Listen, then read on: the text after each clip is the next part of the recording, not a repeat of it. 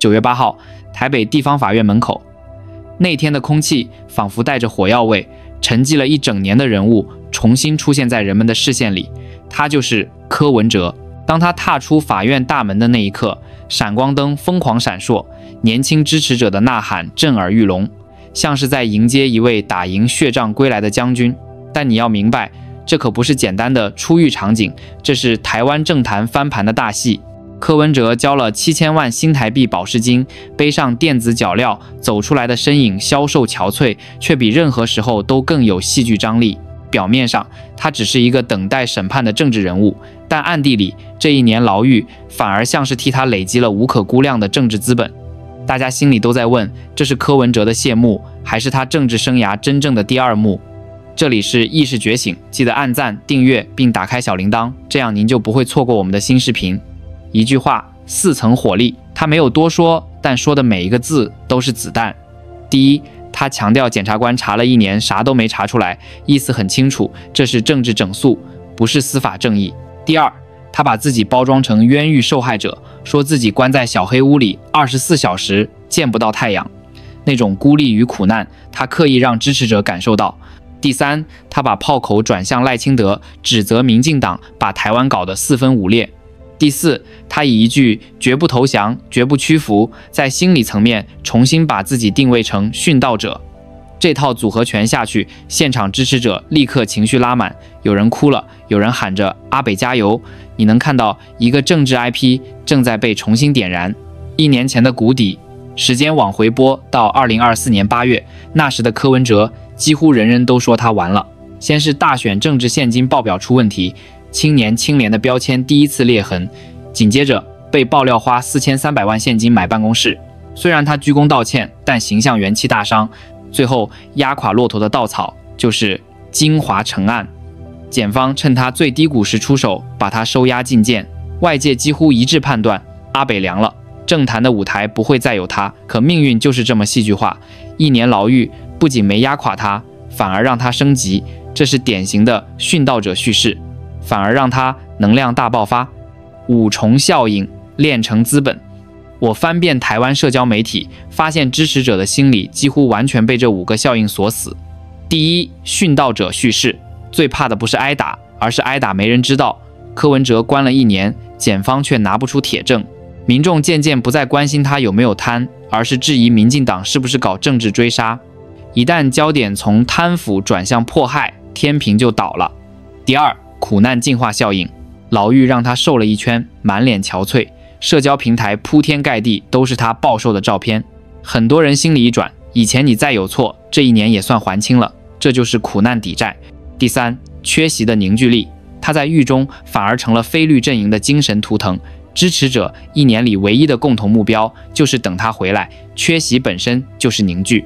第四，共同敌人，敌人就是民进党，就是司法，就是把阿北关起来的人。这种清晰的敌人设定是最强的动员剂。第五，时机，他出狱正好碰上赖清德大罢免失败，支持率跌到谷底，此消彼长。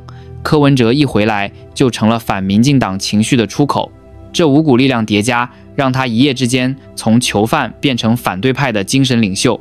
蓝白的尴尬，但你看法院门口的场面，有馆长，有黄国昌，有大批年轻人，就是没看到国民党的大咖。国民党中央连声明都没有发，这说明什么？国民党在算账，他们至少有4层小算盘，保主导权不能帮柯文哲抬轿子，安抚深蓝老铁票不喜欢柯皮得顾着，回避风险，案子还没完，万一有罪现在去支持岂不打脸？内部未统一，党内有人赞成合作，有人反对，那就干脆装沉默。所以国民党的冷淡不是无心，而是算计。蓝白合还是蓝白斗，蓝白合的大方向不会变，不合就谁都赢不了民进党。但问题是，现在的柯文哲手里的筹码比以前重太多，他已经不是一个需要抱大腿的角色，而是可以左右局势的人。国民党想要他，但又怕他。未来3年，蓝白的博弈将决定台湾政治的根本走向。2条路。这时候，淡江大学的赵春山教授说了一段话，直白的惊人。他说，台湾只有2条路，一条是和平统一，一条是被迫统一。如果主动谈判，至少还能在桌上要点条件；如果死活不谈，等大陆被逼动手了，台湾连怎么结束都说不了。他举例，美国对乌克兰，美国给武器，搞制裁，但绝不敢派兵跟俄罗斯硬碰硬。对台湾也是一样，美国不会为台湾拼命。赵教授的逻辑很简单，聪明人知道什么时候该转弯，趁还能谈的时候主动提方案，至少能留一点空间，否则战争一起，老百姓先遭殃。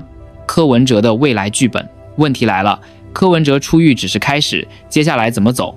第一种路子，延续受难者叙事，他完全可以把自己塑造成台湾历史上最典型的政治犯，告诉所有人，我不是贪官，我是因为说真话被迫害的人。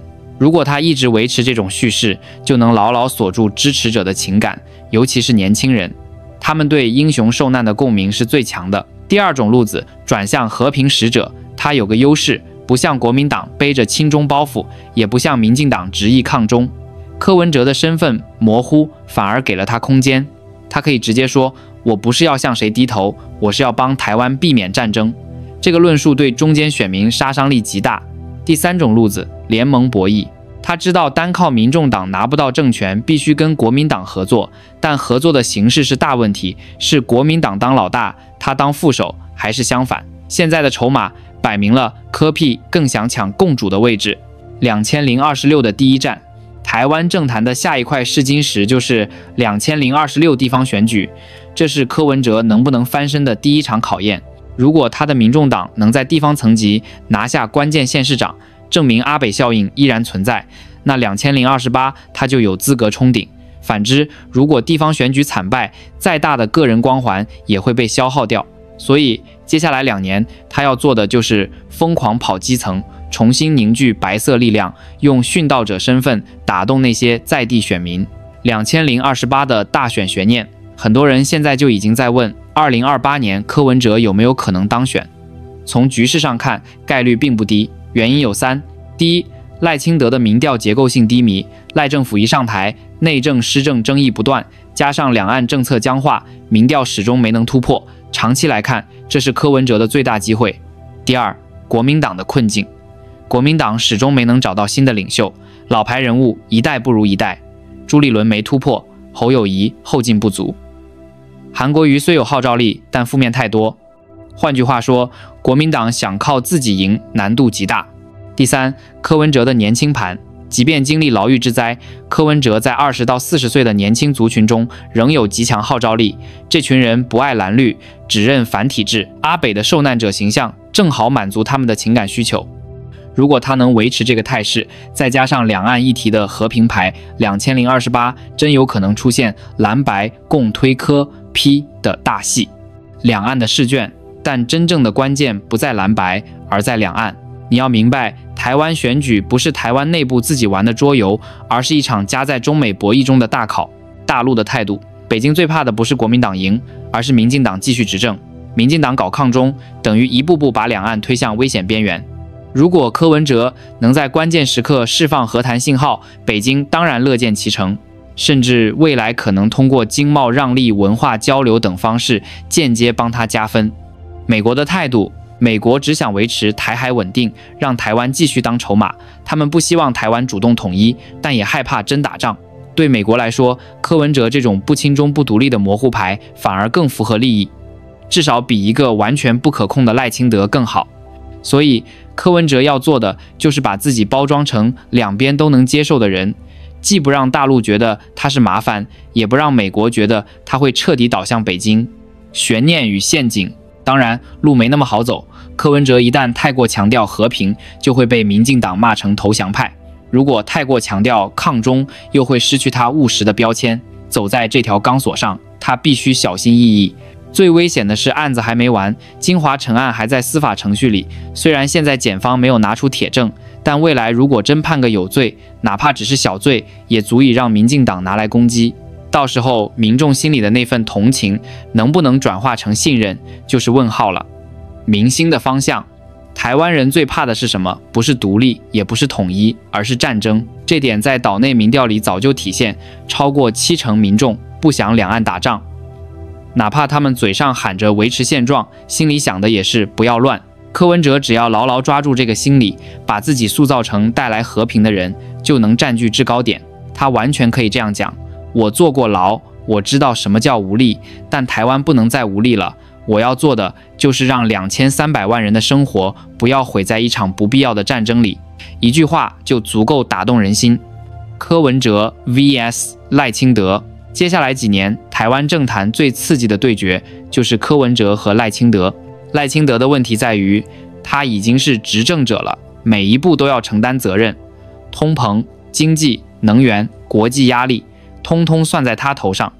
而柯文哲只要在野，就能用最简单的逻辑攻击民进党搞不好，就是因为方向错了，一边是守成，一边是攻城，最怕的就是守成的一方，没有新故事，谁能撑起未来？所以你会发现，柯文哲的归来绝对不是单纯的戏剧效果，这是一次彻底重塑政治格局的机会。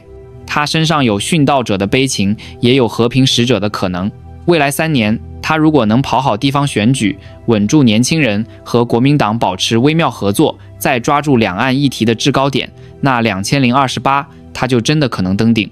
而那时候，台湾的命运就可能被彻底改写。国际牌桌上的台湾，你以为台湾选举只是台湾人的事？错，它更像是中美博弈桌上的一枚棋子。美国的算盘，美国不会轻易让台湾走向完全统一，因为那会让西太平洋战略直接失守。但他们也不希望台湾真的打仗，因为一旦冲突爆发，台积电全球芯片链都会受重创。对美国来说，最理想的状态就是台湾维持模糊，继续当他们的筹码。所以，美国支持谁？他们支持能维持模糊的人。民进党喊抗中，但风险太大；国民党亲中，却说不清楚。柯文哲反而是那个不确定但灵活的角色。对美国来说，他就是最佳缓冲。大陆的筹码，北京的目标很清楚，不能让台湾长期走向独立倾向，但又不想过早动手。大陆最在乎的是2件事：第一，不要让台独坐实；第二，不要让美国在岛内布满军事设施。柯文哲如果能在这2件事上给大陆一个台阶下，大陆完全可能给他空间，甚至默许他在岛内政治崛起。换句话说，中美两边都能容忍的角色，才有可能真正坐上宝座。而柯文哲刚好踩在这条模糊线上。台湾经济的暗流，别忘了，政治归根结底还是经济。台湾人最关心的不是意识形态，而是钱包。过去几年，台湾经济结构单一，几乎全压在半导体上。台积电固然强大，但产业过度集中就是风险。一旦台海有事，供应链断裂，台湾经济瞬间被掐住。你知道吗？2024年台湾出口总额里，半导体相关占了将近40%。这意味着什么？意味着台湾的经济命脉完全绑在一根线上。只要这根线断了，不管你是谁当领导人，民生都会陷入崩溃。所以，如果柯文哲要走和平路线，他完全可以用经济论述切入，避免战争，就是保护台湾的钱包。他甚至能提出新愿景，比如推动数字经济、绿能合作，把台湾定位成桥梁。这对中间选民的吸引力会远远大于空洞的口号。社会情绪的博弈，台湾社会长期被蓝绿撕裂，绿营打抗中保台，蓝营打和平繁荣。但大多数普通人其实没那么极端，他们要的是安稳的生活。柯文哲如果聪明，就会避开这场撕裂，直接打出第3种叙事：蓝绿只会吵架，我才是能解决问题的人，他们只会让台湾陷入战争恐惧，我才是真正能带来和平的人，他们只顾自己政党的利益，我才想着2300万人的未来。这种超脱姿态能迅速形成阿北常识的印象。一旦民众开始觉得只有他讲人话，那选举的天平就会快速倾斜。2026到2028的连环剧，未来2年你可以想象这套剧本。2026地方选举，柯文哲带着殉道者光环疯狂扫街拜票，哪怕只拿下2-3个关键县市，都能证明他不是昙花一现。2027年，他开始频繁谈两岸，提出台湾必须争取谈判空间的说法，同时暗示自己能比蓝绿更务实。2028年蓝白合谈判，国民党即便不情愿，也不得不承认柯文哲是唯一能挑战民进党的棋子。最后大概率出现白蓝共推，这就是一场3年的布局。如果他能把这条路线跑完整，那他真的可能坐上宝座。悬念、案子的影子。可别忘了，金华城案的司法程序还没结束，这是悬在他头上的最大风险。只要检方最后哪怕判个轻罪，民进党都会抓着不放。那时候舆论会问，一个有案底的人能不能当台湾地区领导人？柯文哲必须想办法把这个风险提前稀释。比如说，他可以不断强调这就是政治迫害，让民众潜意识里先接受，即便有罪也是冤枉。换句话说，他得把法律问题转化成政治问题，让支持者觉得有罪也无所谓。这是极其冒险却几乎唯一的解法。战争与和平的最后抉择，真正决定柯文哲未来的不是蓝白，也不是民进党，而是台湾人对战争的恐惧。如果未来几年台海局势持续紧张，军演不断，导弹飞来飞去，岛内焦虑感会急剧上升。到那时，谁能给出一条避免战争的路，谁就能赢下民心。柯文哲完全可以把自己包装成台湾最后的和平选项。他可以说，如果民进党继续执政，台湾就会陷入战争危险；如果国民党执政，台湾会被怀疑过度亲中，只有我才能守住台湾的安全。这种叙事一旦成型，基本就是选举的终极武器。历史的拐点，想象一下，如果2028柯文哲真的上台，他会怎么做？第一，他可能会立即与大陆开启对话，至少恢复沟通机制。第二，他会推动经济多元化，强调台湾要脱离战争阴影，转型为区域合作的枢纽。第三，他会重建岛内的政治秩序，试图摆脱蓝绿二元结构，把民众党打造成第三级的长期力量。这听上去像是理想主义，但别忘了，历史往往是被意外和转折推动的。谁能想到，一个在牢里待了1年的柯文哲，会在出狱那天被几百个年轻人当英雄迎接？命运的关键一步。所以你现在再回头看他走出法院的那一幕，那不只是一个人回家，而是台湾未来可能的转折点。那一步可能会决定2026选举的走向，2028权力的归属，甚至是两岸未来10年的命运。如果他走对了，台湾也许会避免一场战争，走向另一条路；如果他走错了，那就可能是另一段历史悲剧的开端。这就是为什么所有人的目光都盯着他。柯文哲这1年经历的是彻底的跌落与反转，跌落让他失去了自由，反转却让他获得了更大的能量。在政治里，苦难常常比胜利更有力量，因为胜利容易被遗忘，但苦难会被记住、被放大、被转化成一股长久的情感。柯文哲正是用这1年的牢，把自己塑造成一个为理想受苦的人。未来3年，台湾的政治格局会因为他而彻底改写。赖清德会面对一个随时可能吞噬他的对手，国民党会发现自己无法再主导蓝白合作，年轻人会把希望寄托在一个曾经消失、如今归来的领袖身上。历史有时候就像一盘棋，看似不经意的一步，可能改变整个局面。柯文哲走出法院的那一步，或许就是台湾命运的拐点。问题是，他能不能把殉道者的悲情转化成领袖的力量？能不能在战争与和平之间找到一条真正属于台湾的路？没人能给答案，但全岛2300万人的未来已经被推上了这场大戏的赌桌。而这一次，赌注是台湾的下一章。